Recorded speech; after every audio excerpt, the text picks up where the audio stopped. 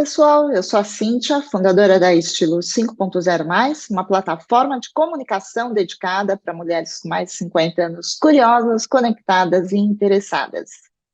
Hoje a gente vai falar um pouco sobre a importância do cuidado com a visão para os maduros. E para isso eu tenho o prazer de bater um papo aqui com o Dr. Rubens Belfort Neto, que é médico oftalmologista formado pela Escola Paulista de Medicina e quarta geração de oftalmologistas da mesma família. Vamos lá? Doutor Rubens, então, super obrigada por ter aceitado o nosso convite aqui da Estilo 5.0 para bater esse papo aqui, esclarecer a gente um pouquinho sobre a importância, né, de cuidar da visão, dos olhos aqui, principalmente para nós que já entramos na fase aí da maturidade. Que legal, obrigado pelo convite, um prazer e uma honra. Parabéns pela iniciativa. Achei super legal ter um podcast, um canal focado na gente, né, dos 50 a mais, porque tanta coisa muda, né, tanta coisa nova, às vezes umas coisas contraintuitivas que a gente não espera. Acho que teu projeto vai poder ajudar muita gente. Que bom, obrigada. Bom, aí eu queria começar então perguntando quais são as modificações que normalmente acontecem, né, com os nossos olhos com a chegada da maturidade? Boa. Então, acho que a primeira mudança que a gente percebe é ao redor dos 20 anos de idade, que ainda são crianças grandes para a gente, a tendência é que o grau do olho estabilize, né? É muito comum que na adolescência o grau dos olhos mude, muitas pessoas acabam desenvolvendo um pouquinho de miopia, e daí ao redor dos 20 e poucos anos, a tendência é de estabilidade até os 40. Daí acho que vem a mudança mais importante, que é a tal da presbiopia, né? A gente começa a ter um pouquinho de dificuldade de enxergar para perto quando está com a lente que a gente usa para longe. Todo mundo passou por isso. É uma das queixas mais comuns aqui na clínica. As pessoas chegam e falam: Rubens, não é possível, não estou enxergando de perto, mas estou com 43 anos de idade. Duro, né? Porque 40 anos a gente é jovem. Meu pai brinca que o olho não foi feito para durar muito mais que 40 anos, e hoje em dia 40 anos é menos da metade do caminho, né? Se a gente for um pouquinho otimista. Então, acho que essa é uma mudança super importante. Isso recebe o nome de presbiopia, e muita gente se refere a isso como vista cansada, as pessoas brincam, é o braço curto, que a tendência é a gente empurrar assim um pouquinho o texto para conseguir ler.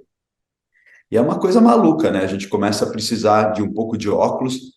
Nós que somos míopes temos a possibilidade de tirar o óculos da miopia, a gente enxerga bem de perto, mas os hipermétropes e aqueles que não usam óculos de longe começam a precisar de um pouquinho de óculos de leitura, né? No começo, no final do dia, quando o cara está muito cansado, letrinhas pequenas, mas essa dependência do óculos vai crescendo progressivamente até os 55 anos de idade, quando a coisa estabiliza, e normalmente nessa idade a pessoa já usa óculos para longe, para perto ou para os dois, né? Muitas pessoas vão para aquele tal do multifocal. E eu acho que essa é a mudança que todo mundo sente, né? A gente começa a ver com a idade, o olho começa a ficar um pouquinho mais seco, né? A gente começa a ter um pouquinho mais de pele sobrando aqui na pálpebra. É muito comum que algumas pessoas façam aquela microcirurgia plástica, porque a tendência é que o olho vai ficando pequeno, a gente sente a pele pesando sobre os cílios, também é super comum, mas o óculos que eu mencionei acontece com todo mundo. Enquanto que a secura, essa pele que sobra na pálpebra, e daí as doenças propriamente ditas, né? Quer dizer, catarata, glaucoma, vem um pouco mais para frente. Imagina para os orientais, que já têm olho pequeno. Né? É super comum, os orientais e alguns tipos de pele, né? Na minha família, todo mundo acaba fazendo em algum momento, porque é a tal da blefaroplastia, né? O nome da cirurgia. E é uma dúvida comum também, né? Os pacientes vêm aqui e falam: pô, Rubens, você acha que eu devo ir num cirurgião plástico ou num oftalmologista? E é uma área que você tem ótimos cirurgiões plásticos treinados para fazer blefaroplastia, e você tem médicos oftalmologistas que se super especializam, né? Fazem alguns anos a mais de treinamento em cirurgia plástica, exatamente para tratar esse tipo de problema. A gente tem uma médica que trabalha aqui conosco na clínica, doutora Melina, que é super especialista nisso e só faz essa parte de cirurgia, que é muito comum, né? Inclusive, alguns orientais até querem para ocidentalizar um pouquinho o formato do olho, né? Uma coisa que também está na moda.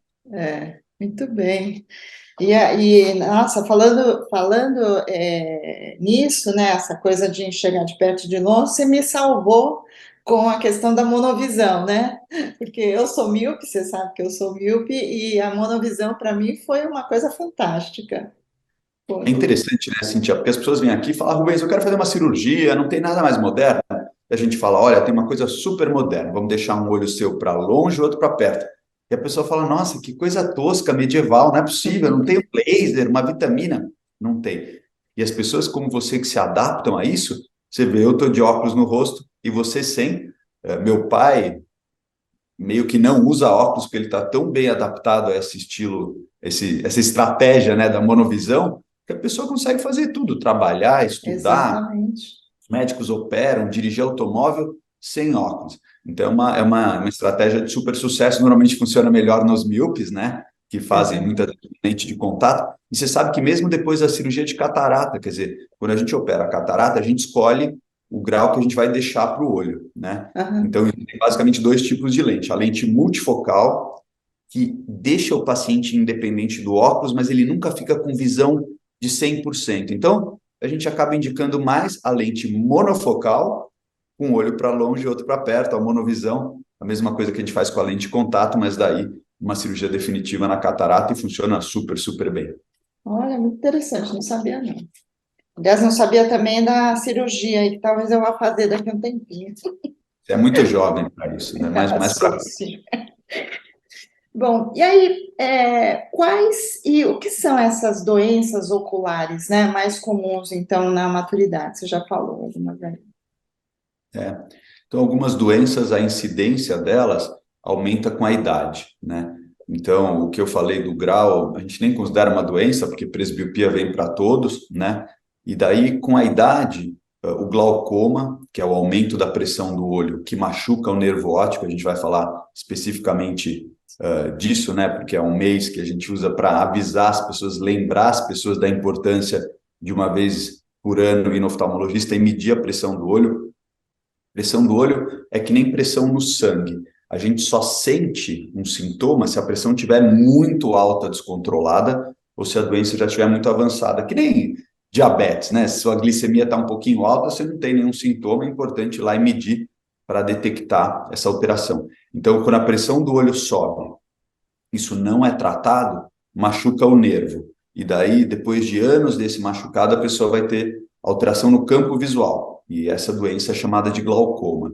Então, com a idade, o risco da pessoa ter glaucoma aumenta. Então, essa é uma das doenças importantes. Além disso, catarata, né? A gente brinca que catarata todo mundo vai ter se não morrer antes. Quer dizer, algumas pessoas vão ter aos 60, algumas aos 70. É difícil ver alguém que chegue aqui aos 80 anos de idade e que não tenha tido as cataratas já operadas, né?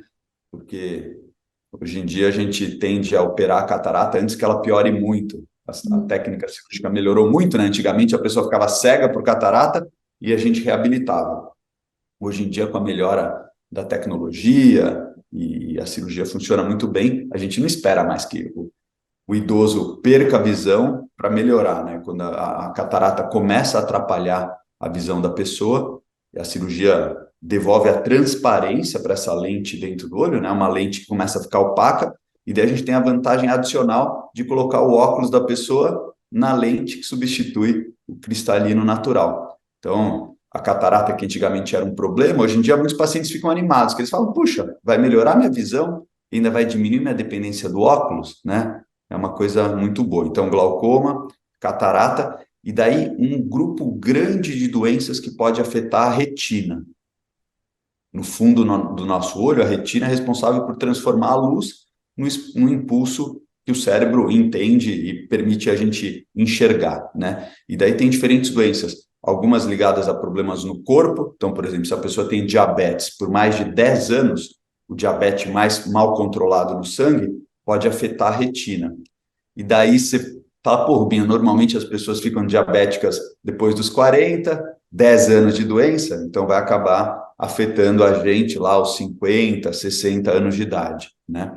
E a tal da degeneração macular relacionada à idade, eu tenho certeza que vários dos teus fãs aí que acompanham teu projeto tem história de um pai ou de um tio que tem um problema na mácula. Eu gosto sempre de explicar, porque é comum o paciente chegar aqui na clínica, Cíntia, e fala assim, doutor, eu tenho mácula. É a mesma coisa de falar, doutor, eu tenho mão, né? Mácula é uma... Todo mundo tem. Mas as pessoas acabam, não, minha tia tem mácula. Não, então, sua tia tem uma doença que afeta a mácula. Isso é muito comum. O nome é horrível, chama degeneração macular.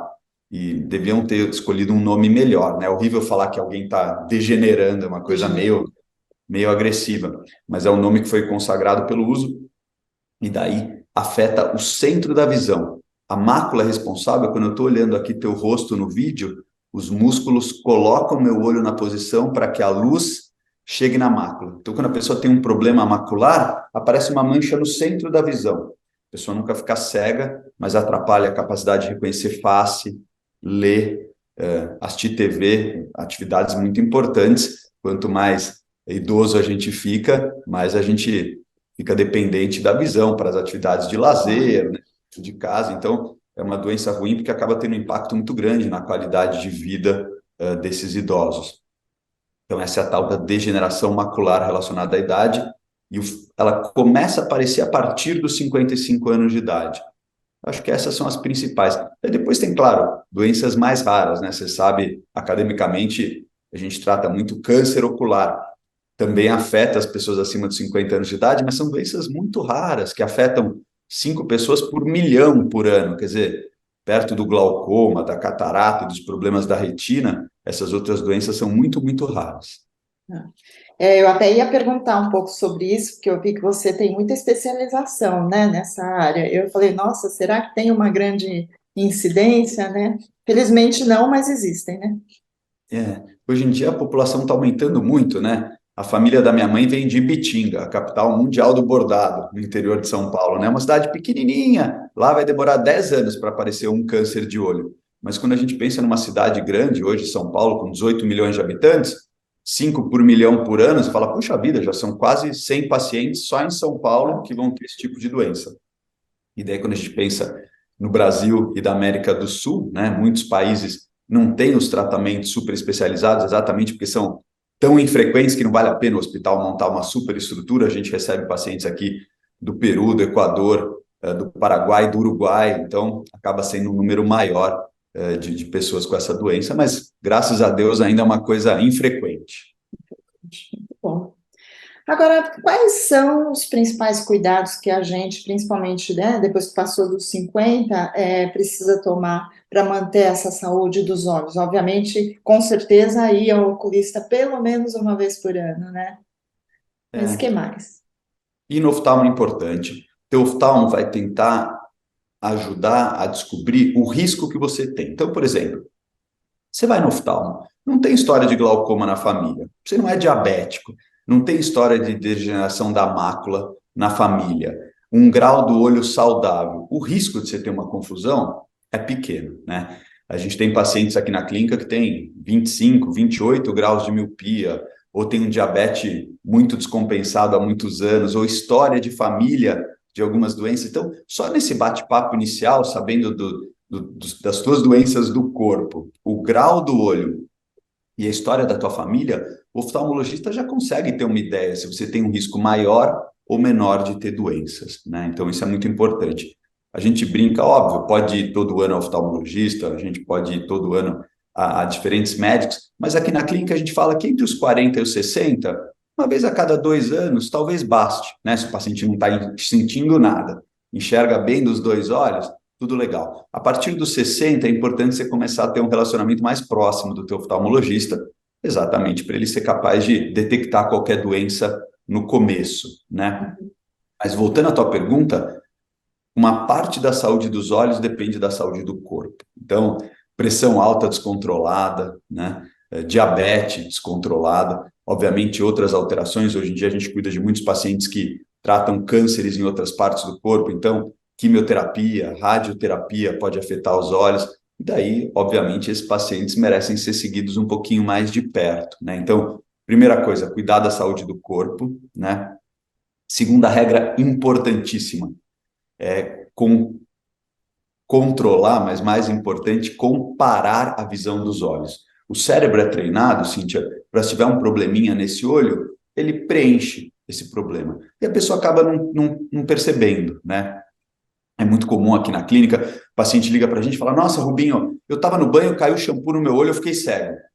Daí você ouve a história com calma e fala, não, caiu shampoo no olho bom do paciente, ele fez assim, ai, ai, ai, ai, e daí percebeu que o outro olho não estava enxergando, né? E às vezes você examina esse paciente aqui na clínica e vê que é um problema já antigo, só que ele descobriu quando caiu shampoo no olho bom. Nossa. A pessoa ouvindo isso fala, não, Rubens, imagina, se piorar a visão desse olho eu vou perceber. E é curioso, mas o cérebro trabalha contra a gente e se acaba não percebendo. Então a gente brinca, uma vez por semana tem que comparar a visão dos olhos. Então, tampa um pouquinho o olho, vê como é que estão as coisas aqui, tampa o outro, falar, tá mais ou menos igual. Isso basta. E isso seria a maneira do paciente ser alertado, né, que a visão do olho piorou, e daí, claro, tem que ir no oftalmologista. Fora isso, na nossa idade, trauma não é um principal problema, né? Os jovens têm muito acidente que machuca o olho, isso é infrequente na nossa idade. E é basicamente isso. Não tem nenhuma evidência científica que a gente tomar muita vitamina ou usar lentes especiais com filtro A, B ou C melhore a saúde dos olhos. É cuidar da saúde do corpo e de vez em quando no teu oftalmologista e, obviamente, alertar o oftalmo se você perceber que a visão de um dos dois olhos piorou. Perfeito. Agora, existem exames oculares periódicos, assim, que você recomenda especificamente para pessoas com mais de 50 anos? Você acha que tem diferenças? Boa pergunta.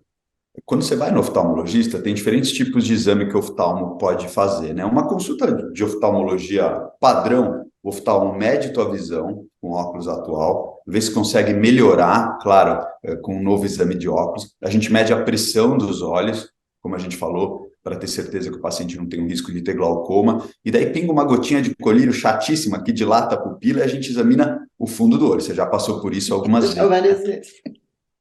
E essa é a consulta completa mínima, né? Infelizmente, a gente vê muitos pacientes que vêm aqui, a gente descobre um problema no olho dele, e o paciente fala assim, nossa, doutor, mas eu fui várias vezes no oculista por anos e não dilatou minha pupila.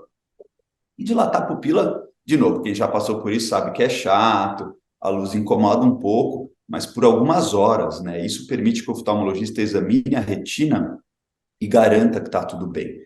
Então, acho que esse é o exame básico. Claro, se o oftalmologista examina teu olho e acha que tem um probleminha na retina ou um probleminha relacionado à pressão, ele vai pedir alguns exames mais sofisticados, e daí para casos específicos. Mas isso é o exame padrão, digamos assim, de quem vai no oftalmologista. Maravilha. Bom, a gente falou já um pouquinho, né, do glaucoma, mas dia 26 de maio, que é quando a gente vai publicar esse nosso bate-papo, é o dia do glaucoma, especificamente. Então, você poderia explicar, então, você já falou algumas coisas, mas quais são os sintomas, né, específicos e quais são os tratamentos possíveis para o glaucoma? Claro. Então, o glaucoma é o dano do nervo óptico, normalmente desencadeado pela pressão do olho que está alta. Então, é a mesma coisa da pessoa ter glicemia alta no sangue, que dá o diabetes, né? O fator de risco é a pressão.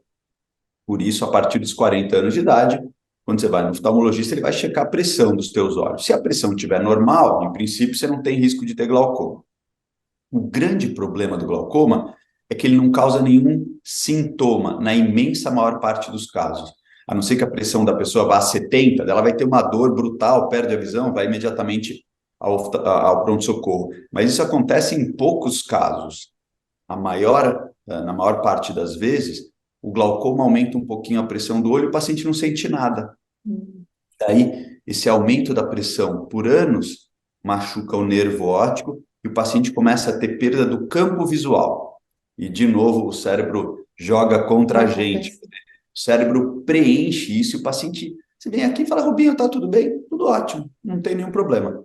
E daí, quando a gente examina o fundo do olho desse paciente, o nervo dele está doente, e quando faz o exame do campo visual, a gente vê que tem áreas aqui que o paciente não enxerga, mas ele não percebe. O grande problema do glaucoma, diferente da catarata de alguns problemas na retina é que a gente consegue impedir dano adicional, mas a gente não consegue devolver a fibra que o glaucoma lesou, né? Então, é uma doença muito dura, porque às vezes um paciente chega aqui jovem, com um olho muito doente pelo glaucoma, o outro olho começando a ter glaucoma, e se o tratamento der certo, a gente só impede que o paciente piore, mas a gente não consegue devolver a visão que ele perdeu. Isso mostra a importância, né, de ninguém comer bola e deixar de ter esse diagnóstico, né? Então, como você perguntou, qual é o sintoma? Glaucoma comum, inicial ou intermediário, não tem sintoma nenhum. Se o paciente não for no oculista medir a pressão do olho e o oftalmologista fizer exames mais sofisticados, a pessoa não vai nem saber que tem glaucoma, né? E daí, quando faz o diagnóstico de glaucoma, a gente baixa a pressão, normalmente com colírio. Então, uma solução fácil para um problema tão grave, né? O paciente usa um colírio, claro, tem diferentes remédios, alguns pingam uma vez por dia ou 2 vezes por dia. Esse colírio baixa a pressão do olho e a doença para de progredir. E em casos mais graves, quando o colírio não resolve, pode ser necessário uma cirurgia no olho para baixar a pressão, né? E daí, de novo, se a visão, se o tratamento tiver sucesso, o paciente deixa de perder visão. Então, por isso a importância que todo mundo, principalmente quem tem história de família de glaucoma, que usa muito colírio no olho para outros tipos de doença, alguns colírios como corticoide podem fazer subir a pressão do olho. Pacientes que têm muita miopia também têm um risco maior de ter glaucoma. Então, de novo, o teu oftalmologista vai bater papo e ver se você tem um risco maior ou menor, medir a pressão e, se necessário, tratar. Bacana. Bom, eu tinha uma última pergunta, ou eu tenho uma última pergunta, mas eu só queria, agora me surge uma dúvida aqui que eu vou perguntar, que muita gente fala, porque a gente fica muito tempo, muitas pessoas hoje ficam muito tempo em frente ao computador, né? E aí tem gente que fala, não, pingo o colírio de vez em quando, ou isso realmente é recomendável ou não? É sempre bom se orientar com o oftalmologista, né? Mas não Claro, sei se excelente. tem uma regra comum aí. Ótima pergunta. Eu fico menos, graças a Deus que eu atendo as pessoas, fico menos, mas meus irmãos que trabalham em grandes empresas de tecnologia, o dia inteiro na frente da plataforma aí de home office ou no escritório, né? Tela o dia inteiro. Então a tela deixa a gente mais estressado, mais cansado e tende a deixar os olhos mais ressecados, né? Claro que um menino de 25 anos de idade vai ter o olho muito melhor lubrificado do que o meu. Então, o uso do colírio, na verdade, não é preventivo, é para quem sente que o olho está muito seco. Então, quem tem secura, como é que a gente sabe isso? É a pessoa que normalmente, durante o dia, até o fim do dia do trabalho, sente realmente sensação de areia, ou o foco flutuando muito, o olho avermelhado, incomodando. Óbvio, nesse caso você tem que falar com o seu oftalmologista, mas de maneira geral, uma gotinha desses colírios lubrificantes não fazem mal nenhum. Você pode pingar isso várias vezes por dia e melhora. Tem muita dessa parte, né, hoje em dia, de ergonometria, não colocar o monitor alto demais, tá num ambiente, claro, que não seja super seco, às vezes as pessoas estão num ambiente com ar-condicionado forte, com vento no olho, isso também tende a piorar um pouquinho. Mas não tem como fugir, né? Hoje em dia a gente não tem como fugir da tela do computador, nem do celular. O mais importante seria fazer momentos de break, né? De novo, é fácil falar, difícil fazer. Mas você está muitas horas na frente do computador, para, sai um pouco, olha para o horizonte, caminha. Isso a gente fazia muito antes da pandemia, né? As pessoas trabalhando em grandes escritórios iam tomar um café, bater papo, o banheiro era mais longe. E hoje em dia, com esse esquema híbrido entre trabalhar em casa e na empresa, as pessoas ficam mais horas na frente do computador, o que acaba levando a uma secura maior dos olhos. Mas é importante que isso não é uma doença, mas o olho vai ficar incomodando. Então, se você lubrificar, fizer essas pausas, tende a ficar mais confortável. Maravilha. Bom, agora, então, eu vou fazer a última pergunta. Tem alguma recomendação, então, adicional para o nosso público aí, que são basicamente mulheres com mais de 50 anos, mas eu sei que a gente tem alguns homens aí também. Muito bom. Então, eu acho que as moças, depois dos 50 anos, têm a tendência de enfrentar mais o olho seco. Aí tem uma relação também com a menopausa, com alterações hormonais, né? E daí o principal tratamento para o olho seco é colírio lubrificante, né? Claro, alguns pacientes têm o olho seco um pouquinho mais chato, e o oftalmologista tem outros tratamentos, né? Além disso, o óculos, é muito comum nas nossas moças brasileiras e é diferente dos outros países. As moças no Brasil, como regra, odeiam óculos, né? Eu tenho muitas clientes que vêm aqui e falam, Rubens, eu odeio óculos porque eu uso brinco e colar e fica muito carregado, então eu não gosto de óculos. Lente de contato nessas horas muitas vezes é uma boa opção, né? Mas é importante a pessoa ter óculos até para fazer uma pausa da lente de contato de vez em quando. Quem usa muita lente de contato por muitas horas, isso não faz mal para o olho, mas tem uma tendência do olho começar a ficar mais sensível. A gente fala que o olho começa a ficar intolerante à lente de contato. Então, é legal você ter um bom par de óculos para, às vezes, dar uma pausa para o olho, assistir um pouquinho de TV, ler com óculos e ficar menos com a lente, né? Além disso, eu acho que são esses cuidados gerais, quer dizer, cuidar da saúde do corpo, né? E isso contribui para os olhos serem saudáveis e a gente ter visão o suficiente até o fim da vida. Maravilha, doutor Rubens. Eu só tenho que agradecer por você dividir todo esse conhecimento com a gente. Muito, muito obrigada, viu, por ter aceitado o convite. Imagina, para mim é um prazer e uma honra. Eu sou teu oftalmo, de outras pessoas da tua família, vocês são muito queridos. Parabéns pelo projeto, eu achei muito legal e tenho certeza que essa conversa vai ser útil para muitas pessoas. Eu fiquei muito feliz em bater esse papo com você. Que bom, super obrigada. Espero receber você aqui novamente com outro tema aí. Legal, obrigado. Tá? Um abraço. Então, pessoal, espero que vocês tenham gostado desse bate-papo gostoso e esclarecedor que a gente acabou de ter com o professor Dr. Rubens Belfort Neto sobre os cuidados que a gente tem que ter com a visão, principalmente na maturidade. E se você está acessando nos canais da Estilo 5.0 mais pela primeira vez, não esqueça, no YouTube, se inscreva, dê um like e ative o sininho para ser avisado quando outros vídeos entrarem no ar. Siga as nossas páginas no Instagram e no Facebook e acesse o nosso site. Vem participar com a gente da revolução da longevidade, principalmente sugerindo conteúdos que vocês gostariam de ver em um dos nossos canais. Um abraço.